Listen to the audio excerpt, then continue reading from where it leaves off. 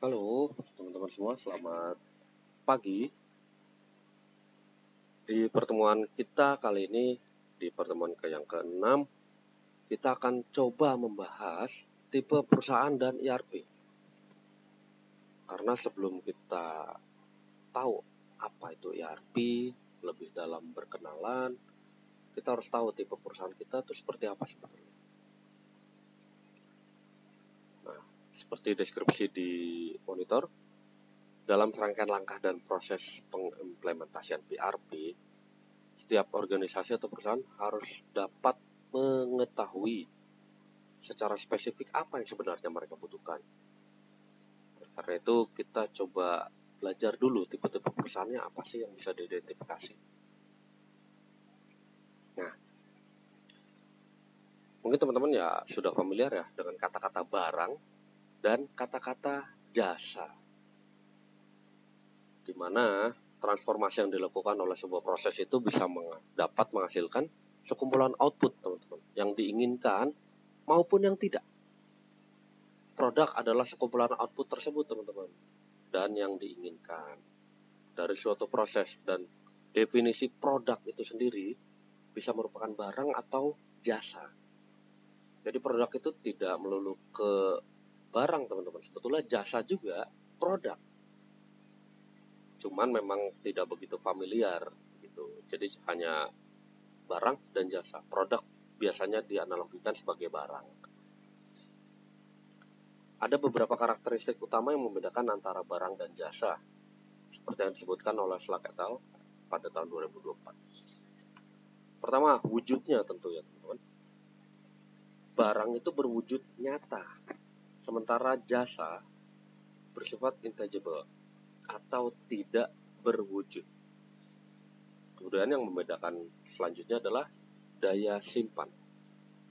Barang dapat disimpan pada waktu tertentu, namun jasa tentunya tidak.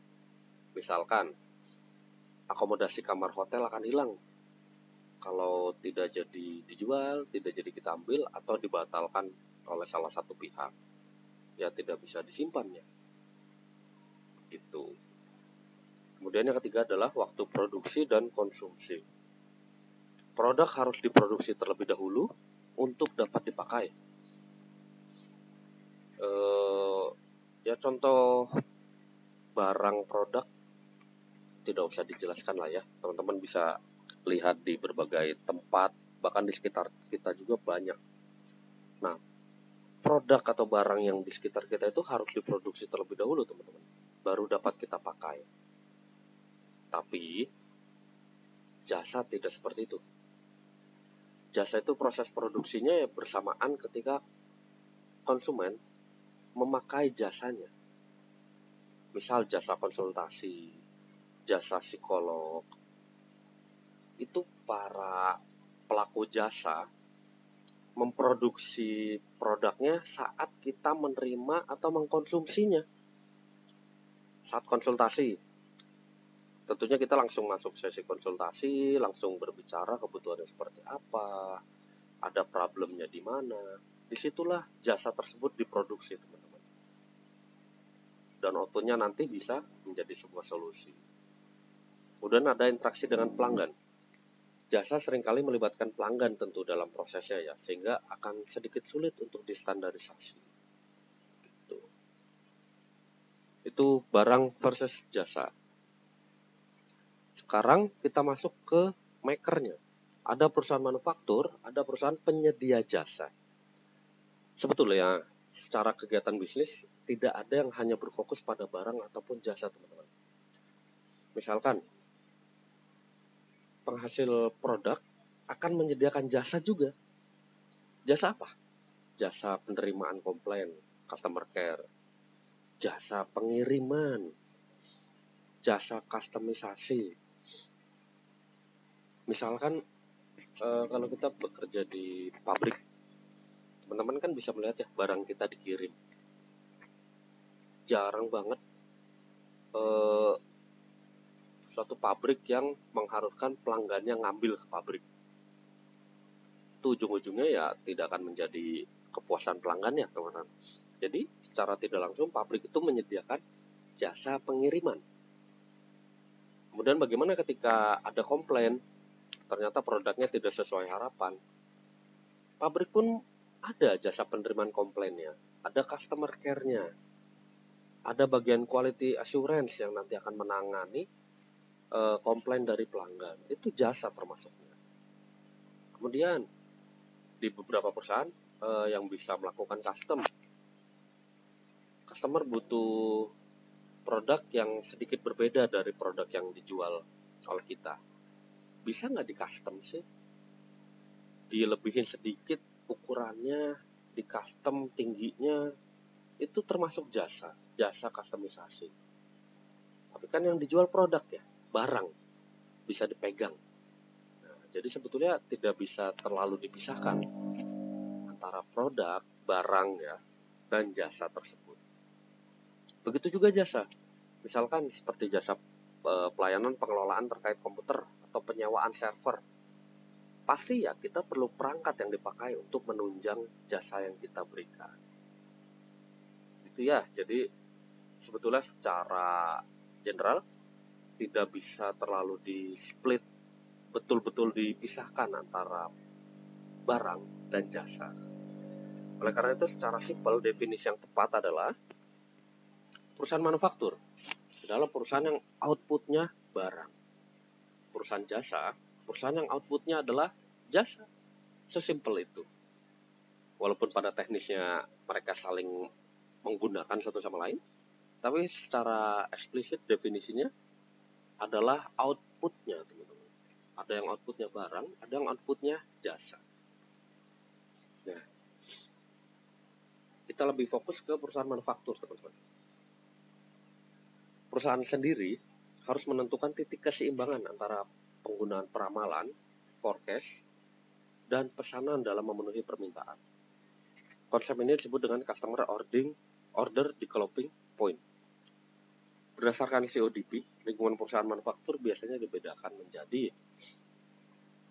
pertama, Engineer to Order, ETO, Make to Order, MTO, Assembly to Order, ITO, Make to Stock, MTS. Bisa dilihat di diagram sebelah. ETO itu Engineer to Order. Jadi order itu dimulai sesudah dilakukan desainnya dulu. Kita ada proses desain, ada engineering dulu di situ. Kemudian MTO, Make to Order, perusahaan akan membuat ketika ada pesanan. Tapi template-nya tidak se-abstrak ETO. Karena di situ perusahaan sudah memiliki beberapa template produk yang tinggal dipilih oleh pemesan. Nanti pemesan akan memesan apa, barulah perusahaan membuat. Kemudian ada Assembly to Order. Biasanya Assembly to Order adalah proses barang setengah jadi dari perusahaan. Jadi ketika ada pesanan, pemesan tersebut akan memilih, saya akan memakai part ini, part A, B, C. Barulah si perusahaan akan merakitkan, mengassembly.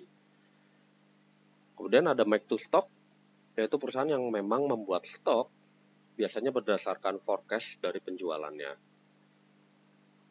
Lebih detailnya seperti ini. ETO, Engineer to Order. Manufaktur custom by request dari awal. Misalkan pemesanan mesin, pemesanan diecast, pemesanan stem. Itu satu customer bisa sangat berbeda dengan customer lainnya, teman-teman. Sehingga sebelum dilakukan order, perlu dilakukan tahap engineering dulu. Seperti mesin misalkan. Tentunya mesin pembuat es krim, simpelnya, dan mesin pembuat oli, pengolahan oli akan sangat beda. Yang satu food industry, yang satu otomotif industry. Tentunya akan sangat berbeda. Sehingga oleh karena itu, ETO perlu dilakukan asesmen awal. Perlu dilakukan customisasi dulu di awal. Targetnya seperti apa, mesin apa yang akan dibuat, barulah si pemesan mengordernya. MTO, sedikit berbeda dengan ETO. Jadi perusahaan sudah memiliki gambaran produk miliknya teman-teman, dan baru dibuat ketika ada permintaan. Ini biasanya untuk mencegah dead stock di gudang, sehingga perusahaan hanya membuat buy order. Contoh, perusahaan furnitur, ya mereka sudah mempunyai konsep kursinya jenis A, jenis B, jenis C. Mejanya konsepnya jenis A, jenis B, jenis C. Nanti customer tinggal milih maunya yang seperti apa. Jadi tinggal dipilih dari katalognya. Kalau ada mau custom sedikit ya tinggal ditanyakan apakah bisa. Tapi pada intinya perusahaan sudah memiliki template yang lebih baku dalam penawaran produknya.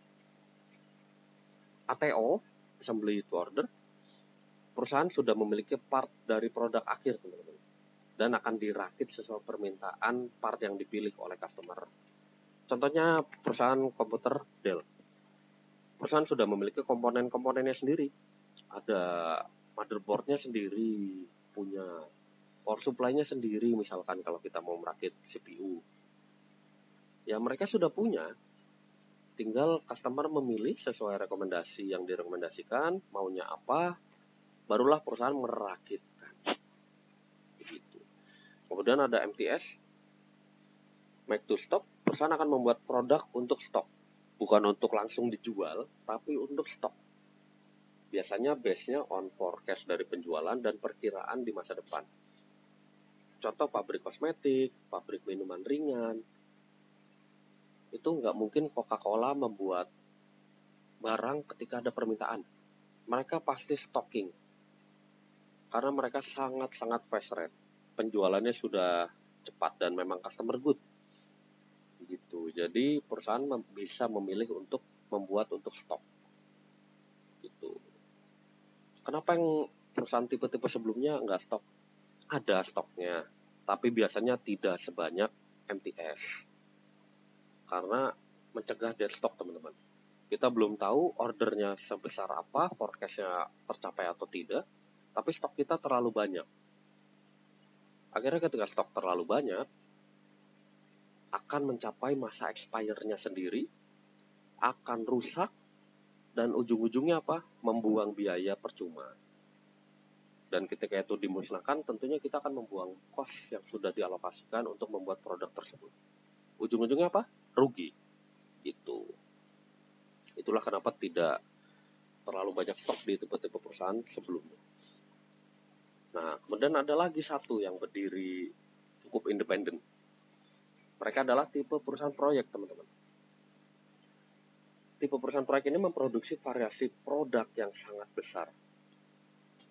Mau bikin apa? Ada. Mau proyek apa nih? Mau proyek repair, proyek building, proyek pembuatan bangunan, proyek pemodifikasian suatu alat bisa. Tapi volumenya tidak terlalu banyak. Karena memang butuh waktu yang tidak sebentar terkadang ya untuk melakukan finalisasi dari satu proyek. Biasanya proyek ini memiliki sumber daya yang sama, tapi pekerjaannya cukup banyak teman-teman. Jadi sumber dayanya, pekerjanya ya itu aja. Vendor pekerjanya ya itu aja. Materialnya ya itu aja jenisnya. Tapi variasi dari proyeknya banyak variatifnya. Misalkan yang cukup jelas identik dengan proyek, biasanya bangunan ya teman-teman. Di pabrik A, saya membangun suatu office. Di pabrik B, saya membangun suatu tempat pembuangan limbah. Tentunya berbeda. Tapi sumber dayanya sama. Mereka perlu apa? Perlu semen, perlu batu bata, perlu lantai, perlu lampu untuk penerangan. Tapi variatif produk yang dikerjakannya berbeda proyeknya. Yang satu di office, yang satu di tempat pembuangan limbah. Jadi customisasinya sedikit, spek standarnya sama, mirip, tinggal customisasi sedikit. Gitu. Jadi ya sumber dayanya itu aja. Kemudian perusahaan bertipe ini menggunakan pembagian sistem material requirement planning (MRP) untuk menentukan apa yang akan dipesan dan kapan. dan menggunakan sistem manajemen proyek dalam menentukan critical path-nya dalam aktivitasnya. Kemudian toolsnya sendiri untuk manajemen proyek ini biasanya adalah critical path method, CPM, dan Gantt chart.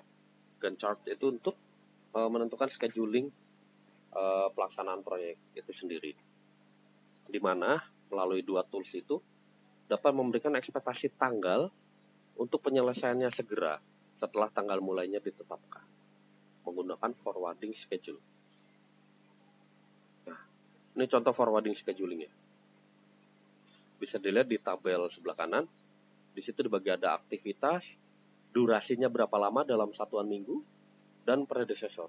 Predecessor itu adalah aktivitas pengganjal ya, bahasa awamnya.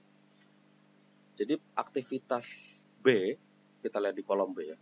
Aktivitas B dalam durasi pengerjaannya adalah 10 minggu, predecesornya A. Jadi jika dibaca, aktivitas B tidak akan bisa dilakukan jika A belum selesai. Begitu juga dengan C.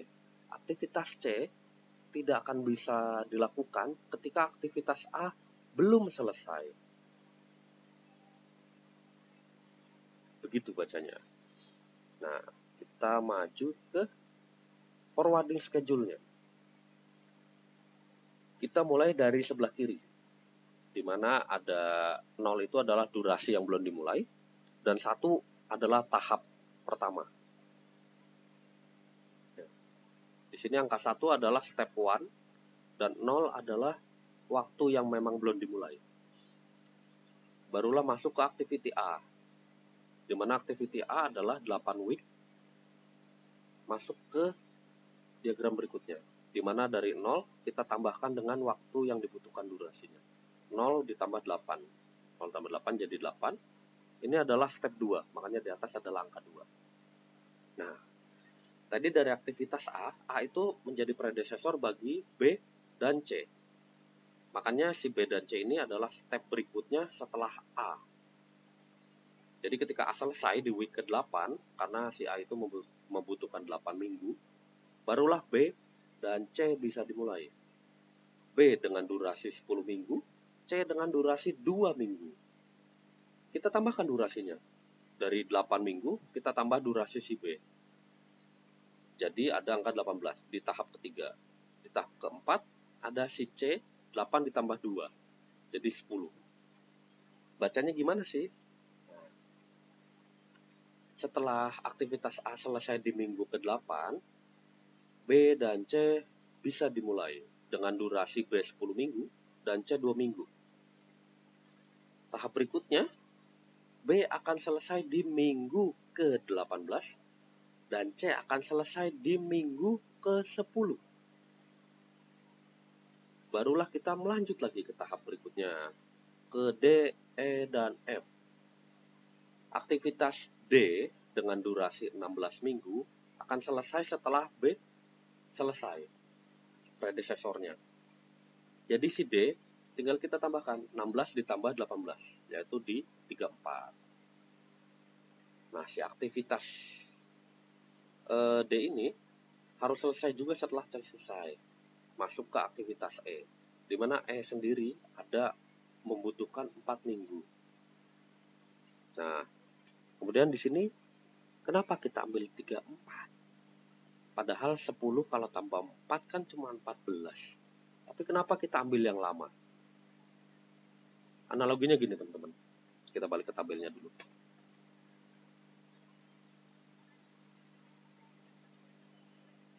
Si G itu butuh ada D dan E sebagai aktivitas predecesornya. Ini aktivitas G teman-teman. Kenapa dia harus 34? Bayangkan gini. Aktivitas A sudah selesai duluan nih. Das. Tapi untuk maju ke aktivitas berikutnya, ada aktivitas yang harus diselesaikan dulu nih di sebelah kita. Tapi dia belum kelar, belum selesai. Ya kemudian apa yang harus kita lakukan? Kita ambil waktu terlama agar aktivitas berikutnya bisa dimulai. Makanya kenapa di sini diambil angka 34. 34 ini jadi diambil dari aktivitas terlama yang harus diselesaikan untuk kita memulai aktivitas berikutnya, si G.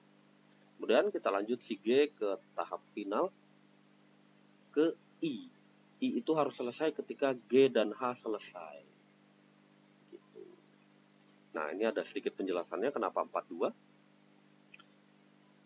Angka 42 didapat dari aktivitas paling lama dari aktivitas yang harus dilakukan. Aktivitas I baru bisa mulai jika G dan H selesai. Aktivitas G baru bisa mulai di minggu ke-34 yang tadi di atas, dengan durasi 8 hari. 8 hari. Akhirnya keluar adalah di angka minggu ke-42. Sedangkan si aktivitas H baru bisa mulai di minggu ke-17 dengan durasi 12 hari. 17 ditambah 12 di minggu ke-29. Jadi untuk lanjut ke aktivitas I, kita ambil aktivitas yang mendahulinya dan paling lama, yaitu di aktivitas si G 42. Karena kalau kita pakai angka yang 29 masuk nih, terus aktivitas I bisa mulai di minggu ke-29. G-nya kan belum selesai. G-nya tuh baru selesai di minggu ke-34. Itulah makanya kita harus ambil aktivitas yang lebih lama. Kemudian setelah kita lakukan forwarding scheduling, kita lakukan backward. Balik nih teman-teman. Kita mulai dari sebelah kanan. Tadi di forwarding schedule kita sudah lihat bahwa aktivitas kita selesai di minggu ke-45. Akhirnya kita tulislah ke-45 ini. Das, kita tulis di sebelah kanan sini. Skemanya terbalik dengan forwarding. Untuk di backward kita menggunakan minus, pengurangan. Kita balik arahnya. Dari minggu ke-45, ini adalah harapan kita untuk selesai proyek. Kita kurangin aktivitas durasinya. Mundur satu langkah. I, aktivitas I membutuhkan 3 minggu. Akhirnya kita kurangin. 45 kurang 3. Dia membutuhkan 42 minggu di I. Ini late startnya. Nah, kemudian si I itu bersinggungan dengan G dan H. Di mana G itu 8 week, H itu 12 week. Caranya sama, kita kurangin. 42 di sini dikurangin 12, akhirnya keluar 30. Di sini 42 dikurangin 8 menjadi 34. Dibacanya seperti apa sih? Nah, pada yang saya tandain ini bisa kita baca begini. Pada aktivitas H, early startnya itu di week ke-17. Start paling cepat early start itu. Tapi setelah dilakukan backward, ternyata si H ini bisa dilakukan di range minggu ke-30 juga. Karena kalau teman-teman lihat di atas kan masih ada ke-34 ya. Jadi 30 itu masih sangat aman bagi aktivitas H untuk dilakukan. Akhirnya ada perbedaan di sini, ada gap. Early start dan late start. Kemudian mundur lagi dari masing-masing trayeknya. 30 dikurang 7, 23. Jadi aktivitasnya bisa dilakukan terlambat hingga di minggu ke-23. Begitu. Yang di atas pun sama, konsepnya kita kurangin. 34 dikurang 16, 18. 18 dikurang 10, 8. Yang di bawah sama, 23 kurang 2. Nah, tapi kenapa yang dipakainya 8? Karena kita harus cari let's start yang lebih cepat, teman-teman. Di sini kan aktivitas A ya, aktivitas pertama kali dimulai. Kalau 18 dikurang 10 kan 8. 23 dikurang 2 cuma 21. Kalau kita simpan 21 di sini, itu akan terlalu lama. Jadi konsepnya terbalik dari yang forward. Kita menggunakan angka yang lebih cepat kalau di backward scheduling. Jadi walaupun bilangnya let's start, tapi kita bisa mulainya lebih cepat karena kita tidak mengambil waktu yang paling lama. Begitu. Nah, setelah komponen ini lengkap, kita tentukan critical path-nya, teman-teman. Dari analisa forward dan backward sebelumnya, kita bisa melihat jalur kritisnya, di mana pada aktivitas tersebut tidak boleh terjadi keterlambatan, yaitu di aktivitas A, B, D, G, dan I. Itu adalah critical path kita, di mana ketika kita melakukan aktivitas tersebut, kita tidak boleh delay. tidak boleh terlambat. Jadi gimana caranya supaya tidak terlambat? Ya, kita tambah sumber dayanya, kita tambah pekerjanya, kita tambah jam bekerjanya, sehingga tercapai pada starting point yang dibutuhkan. Nah, tadi sekilas terkait proyek. Ini adalah tabel rangkuman dari tipe-tipe perusahaan. Ada proyek di mana dikendalikan oleh kebutuhan pelanggan, pengadaan materialnya baru tentunya, pengelolaan sumber dayanya terbatas untuk memenuhi deadline, lead time-nya panjang, prosesnya mahal, dan risiko persediaan paling rendah. Karena mereka tentunya tidak stocking ya. Karena proyek bekerjanya sesuai permintaan customer, mereka tidak stok terlalu banyak. Karena akan dipengaruhi harga pasar. Kalau terlalu banyak membeli material, ternyata di minggu depan turun kan, kita rugi. Kemudian di MTO, make to order, dikendalikan juga oleh pesanan pelanggan. Menggunakan material yang dapat dikonfigur, mengatur keseimbangan kapasitas, permintaan tidak stabil, dan tuntutan untuk memperpendek lead time-nya. Di ITO, assembly to order, memastikan supplier dapat memasok dalam waktu singkat. Karena kita kan assembly ya, jadi supplier yang kita tekan untuk mengirimkan segera material yang kita butuhkan. Kedua, memastikan stok partnya tersedia untuk pelanggan, memudahkan pelanggan untuk mengkonfigur modul-modul untuk dapat dirakit menjadi produk akhir. Pada MTS, make to stock, dikendalikan oleh forecast, oleh peramalan masa depan. Kemudian menggunakan material yang standar yang memang sudah baku template-nya. Kemudian tingkat pemenuhan tinggi, tetapi resiko persediaannya tinggi. Keempat, meramalkan produk dengan akurasi yang lebih tinggi daripada tipe perusahaan lainnya. Kelima, memastikan stok produk akhir tersedia untuk pelanggan. Jadi beda point of view-nya ya teman-teman. Kalau yang sebelumnya fokus ke pembuatan proyeknya dan produknya, kalau yang MTS lebih fokus ke peramalan forecasting di masa depannya. Bagaimana caranya untuk stok dapat terpenuhi guna memenuhi kebutuhan pelanggan itu sendiri. Nah, kemudian ini adalah tabel perusahaan dan karakteristik ERP-nya. Untuk tipe project, kebutuhannya mengelola sumber daya yang terbatas dan memenuhi deadline. Karakteristik ERP yang dibutuhkan adalah Project Management Tools, Gantt chart, dan CPM, Critical Path Management. Untuk tipe MTO, yang dibutuhkan adalah perancangan produk dengan cepat. Jadi yang dibutuhkan ERP-nya adalah Product Data Management. Untuk Assembly to Order, kebutuhannya adalah memastikan kapasitas yang dijanjikan, kemudian memudahkan pelanggan untuk mengkonfigur sesuai kebutuhan. ERP yang dibutuhkan adalah Capable to Promise dan Linear Finite Configurator. Untuk MTS, Make to Stock, kebutuhannya adalah memastikan stoknya aman untuk alokasi pelanggan. Jadi karakteristik ERP yang dibutuhkan adalah Available to Promise (ATP). Nah, untuk perusahaan jasa, pada perusahaan jasa tidak terlalu dapat diterapkan ERP secara keseluruhan. ERP itu akan lebih efektif hanya pada bidang jasa dalam skala besar, bukan menengah, apalagi kecil. Menurut penelitian dari Bota Genulas dan Millet tahun 2006, dilakukan pada rumah sakit, bank, perusahaan asuransi, dan perusahaan penyedia telekomunikasi di Eropa dan Perancis, ditemukan bahwa harapan penggunaan ERP terbatas pada skala administrasi dan finance serta pendataan real time, tapi tidak secara keseluruhan dari proses bisnis mereka. Karena pada bidang jasa lebih menekankan kepada layanan dari jasa tersebut. Jika dipaksakan menggunakan ERP, maka ERP tersebut hanya terimplementasi di salah satu fungsi saja, tidak end-to-end. Contoh, jasa notaris. Ya, jasa notaris tidak memerlukan integrated sistem yang terlalu mumpuni untuk di organisasinya.